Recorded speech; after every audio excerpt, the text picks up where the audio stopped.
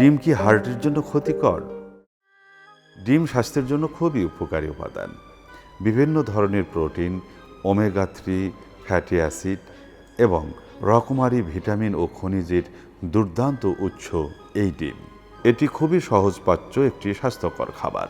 ডিমের নানা উপকারিতা থাকলেও এ নিয়ে অনেকের মধ্যেই আবার বিভিন্ন ধরনের ভুল ধারণা রয়েছে। ডিমের হলুদ অংশ বা কুসুম নিয়ে অনেকেরই ধারণা এতে হার্ট সংক্রান্ত রোগের ঝুঁকি বাড়ে।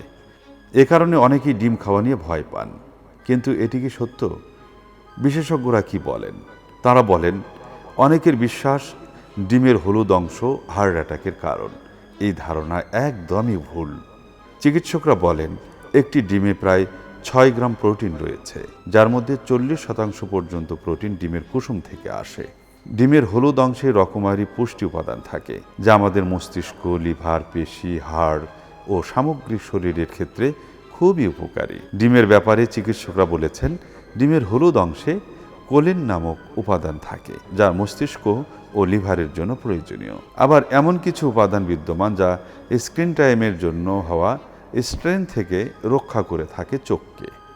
ডিমের কুসুমে ভিটামিন ডি থাকে, যা দুধ থেকে সহজে পাওয়া যায় না। এছাড়া কিছু গবেষণায় দেখা গেছে, ডিমের কুসুম সাদা অংশের থেকে বেশি প্রোটিন সংশ্লেষণকে অনেক বেশি পরিমাণে ট্রিগার করে থাকে। হলুদ নাকি সাদা অংশ, কোনটি উপকারী? ডিমের সাদা অংশ হচ্ছে চর্বিযুক্ত প্রোটিনের ভালো উৎস। এই সাদা অংশে ক্যালোরি কম, ফ্যাট শূন্য, যা ভালো কোলেস্টেরল বাড়াতে সাহায্য করে থাকে। বিপরীতে এতে প্রায় কোনো মাইক্রোনিউট্রিয়েন্ট নেই।